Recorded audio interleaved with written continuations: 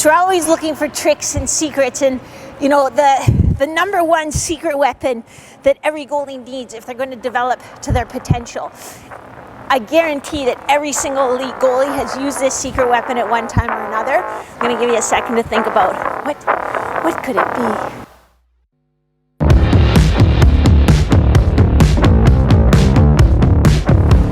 So it's a goalie coach. Sooner or later, you're going to need a goalie coach. Not all of us have access to a good goalie coach. Not all of us can afford a good goalie coach. So I'm going to give you some ideas of how you can almost get a virtual goalie coach. I'm also going to talk about a few other little secret weapons that'll help elevate your game. Hey gang, it's Maria here from GoalieTrainingPro.com. I am an exercise physiologist who helps you do the right goalie specific training off the ice so that obviously you can stop more pucks on the ice. And today we are talking about your secret weapon. And I don't think there is a goalie in the world who is playing up to or close to their potential who doesn't have this secret weapon in their arsenal, and it is a great goalie coach.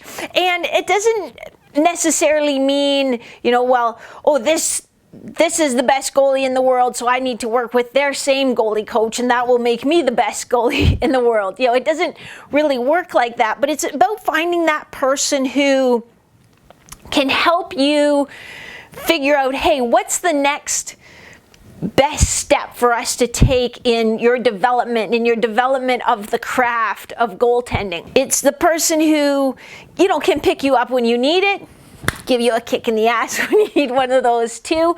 Person who can communicate also what they're trying to have you do on the ice in a way that your brain and your body is like, yeah, I know what I'm supposed to do, rather than just kind of confusing you, if you know what I mean. And, you know, sometimes it's good to get a different message, get a different eye, someone else who can objectively look at what you're doing, because once you start working with a goalie coach, I think you'll realize too that what you feel like you're doing on the ice and what you're actually doing are two different things. You might find that some of the habits you've developed over the years have left you vulnerable in certain areas to get scored on. So I would rather, I guess actually I'm going to rewind a bit. So sometimes it's good to get other eyes on what you're doing, but try also not to just get so many eyes and listen to so many people's different opinions that it just confuses you a little bit. So I'd rather you go to one really good goalie camp in the summer, let's say, than to go to 8 different ones and just really come out confused. If you go to that one for 4 days or a week or whatever it is, and then really focus on the big rocks, those big missing links in your game until you've perfected those, and then, you know, it's time to go on to the next thing, as opposed to, you know, maybe you go to 4 different camps and get 4 different methods or techniques or ideas, and then you're just like, it's like a shit soup. That's the only word that popped into my head. So very good. Very good. You know something? No soup for you! So maybe that for you, that's, you know, going to an Eli Wilson camp or one of Brian DeCord's camps or a future, whatever it is, you know, invest that pool of money for your development into getting the best, highest level goalie coaching you can. Maybe you're watching this and you're like, well, I don't need to watch this because I don't live somewhere that there are camps like that, or I can't afford to go to a camp like that, so that's that. There are other options. My friend Mike Garman has a website called GoalieByGarman.com, Garman. You should follow him because he does sort of virtual goalie coaching, but he also has a podcast and has tons of great free content. He had a program on how to stop a breakaway that I watched a lot, and I try it, and it actually works. So those are some options. I'm going to give you a few other secret weapons that you need to have in your arsenal. But the last bit on the goalie coaching thing, eventually you're going to have to learn proper technique. You're going to have to be like a creative architect rather than like an abstract artist. Some people are like, well, I'm very creative with my saves, and that's great, and that can get you to a certain level, and I'm not saying you shouldn't have creativity. That's why I say you should be like a creative architect, but there needs to be some sort of form and structure to it. So put that in there, the back of your mind, and start looking for ways that you can find that person that's right for you. Okay, now let's look at a few other secret weapons that you need to have in your arsenal that you don't have to go to a camp to get, but you do have to get on the floor. So let's get down. So the first secret weapon that you have to have in your arsenal is hip internal rotation. You don't necessarily have to have like a perfectly flat butterfly flare, but you have to have some hip internal rotation or you're going to run into trouble throughout your entire career. We think about a wide butterfly flare, and actually if it's a wide butterfly flare you need, then you should be doing the butterfly challenge anyway, which is a free 14-day flexibility program specifically for goalies, specifically to give you a wider butterfly flare. I will put a link somewhere. But so we think of internal rotation of the hip, which is this motion of sort of rotating your femur inward relative to your pelvis. So we think about that in terms of, well, yeah, I need that because I need a wide butterfly flare. But what you miss when you're thinking about internal rotation is how having good internal rotation takes strain off the inside of your knee and even your ankle. So if I'm in my RVH, for example, so I have my skate or my pad against the post, I'm leaning in here. This is an internally rotated position in my hip. If I don't have that hip internal rotation, but I'm leaning my body, so I've got my foot kind of wedged, and I'm leaning my body, I'm rotating my pelvis on my femur, so again, hip internal rotation. Well, that force goes down the chain. So first it gets into my knee, so my body is actually trying to kind of twist my shin relative to my knee, which isn't like, it has a very, very little amount of rotation in there because that's how it's designed. It's not something we can stretch, or we want to stretch. So then we start feeling like a pressure on the inside of our knee, and I bet you've, or a lot of you have felt that. I know because you email me and you say, how do I stretch this? So it's like, that's your MCL. We don't want to stretch that. That's a ligament that helps hold your knee together. But then the next thing that takes the brunt of it is your ankle. So your knee starts getting twisted and that force gets push down to your knee and your ankle as well. So we want that hip internal rotation. Plus we just want to have the ability to move in that direction. We don't want to be sort of running up against the end of our flexibility. Now, a key point is we don't all have the hips that can get a wide butterfly flare. So we have to respect our anatomy. Some of us, our hip joints, are just a little different shape and they limit that range of motion. We don't have the same quality of movement. So the take-home point is, as we're doing this, we want to just feel like a gentle stretch. We shouldn't feel a pinch. We shouldn't feel pain. If we feel a pinch or we feel pain, then that's an exercise that we would leave out. If you feel fine on the ice and the only time you ever feel it is when you try to do this stretch that Maria just gave you, I wouldn't really worry about it too much. If you're feeling it other times during your workouts, during your daily life, or on the ice in particular, then I would probably get it checked out just to see if something's going on, or maybe it's a capsular restriction that a little manual therapy can help loosen up and unlock some mobility for you. So there are a lot of ways that we can improve hip internal rotation. I'm just going to give you one of the simplest ones that we can do that's actually really effective. You'll see a difference in after about 4 or 5 days of doing it. So let me flip around here. You're going to start by lying with your feet just wider than hip width, like that. And then my feet will stay on the floor. And I'm just going to bring my knees in to touch. So this is hip internal rotation. That doesn't really feel like a stretch or anything to me, so I'm going to move my feet out a little further. And then I'm going to bring my knees in together again. Now, I'm using a little bit of force, just enough to bring my knees in together, but I'm not, trying to get my feet as wide as I can and then, aggressively try to pinch my knees in together. I'm just going nice and easy, There, I feel just kind of a stretching sensation, like there's a little bit of resistance.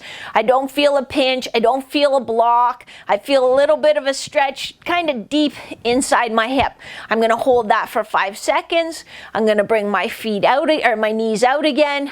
I'll come back in for 5 seconds. I have my knees bent to about 90 degrees.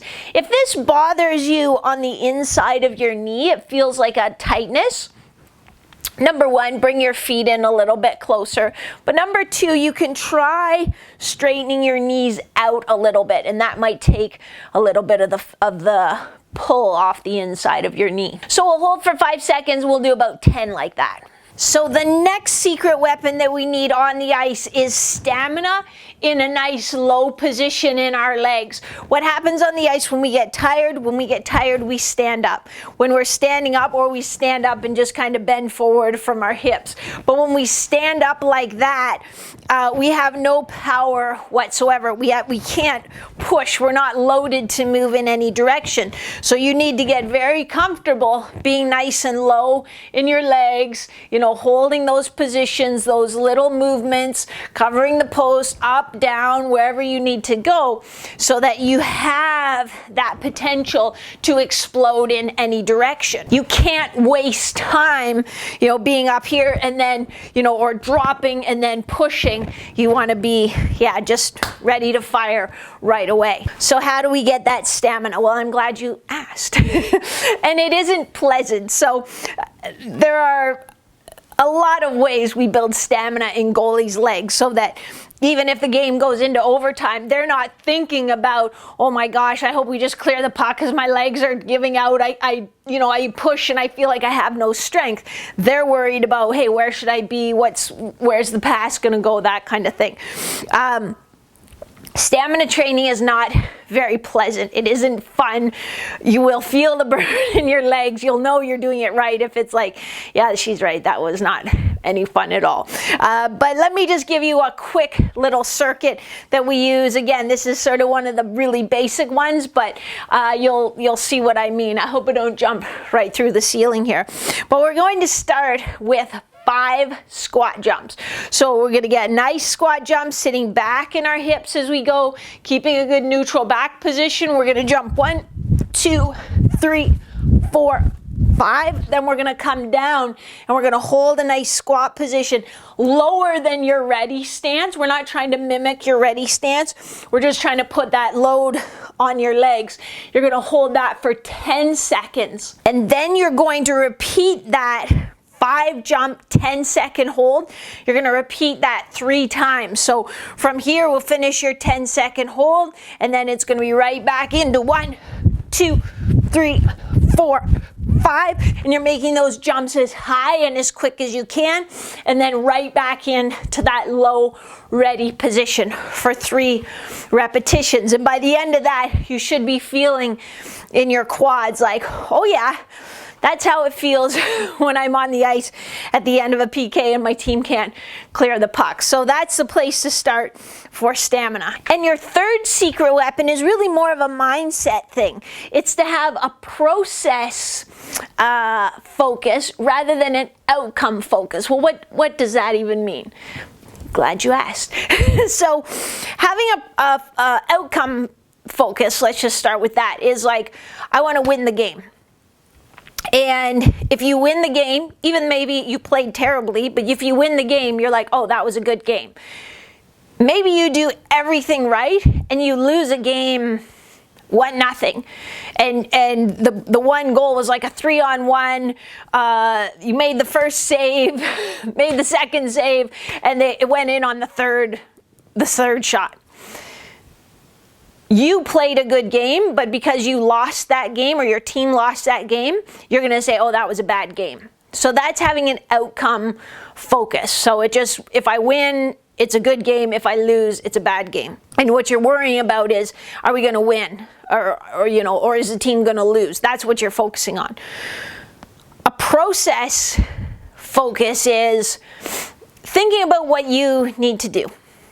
For me, I need to find the puck is a mantra, and I need to stay low in my legs so that I'm ready to push in any direction, just like we talked about. I forget too, and and as I fatigue, I stand up. So instead of really worrying about the score or are they going to score on me, I'm just thinking about getting my eyes on the puck, following the puck, and staying low in my legs. And if I do those two things, and I usually have one or two things in every game or practice, if I do those well, then it was a good game or a good practice, regardless of what the score is. Another example is doing your workout. So the outcome focus is just, well, I got to do my workout so I can check off that I did my workout. The process focus is, hey, I need to do this workout so that, and do it consistently so that over time, my muscles are adapting, I'm getting the mobility that I need, the stamina I need, the strength, the power, and I can build from one level of training to the next level of training so that when I'm on the ice, I have the tools to do what I need to do. So you see how it sort of fits into the entire process of building yourself into a consistent, durable, reliable goaltender that every team needs and wants. So there I've given you your number one secret to reaching your potential. You are going to need to find a good goalie coach that you can work on, whether it's in person or online. Then I gave you sort of 3 other secret weapons that you don't have to go anywhere for. So one was getting better hip internal rotation. We worked on the supine hip internal rotation drill. The other was building some leg stamina so you can stay low in your legs. You have to have that. And the third was a little bit of a mindset, working on more of a process focus than an outcome focus. I'd love to know what your secret weapon is, so post it in the comments below. While you're there, hit that like button, because my self-worth is really derived from how many people like my videos. So yeah, not really, but you probably will want to subscribe too, so that you know about these videos before your goalie partner does, so that you can go out and start stopping all the pucks and getting all the shutouts and getting all the starts, and you know how it works. Otherwise, if you haven't done the butterfly challenge yet, I'll put the link somewhere in the description or comments or somewhere so you can get that. It's a free 14-day flexibility program. And I think that's really all I got for you today. So get out there and stop some pucks.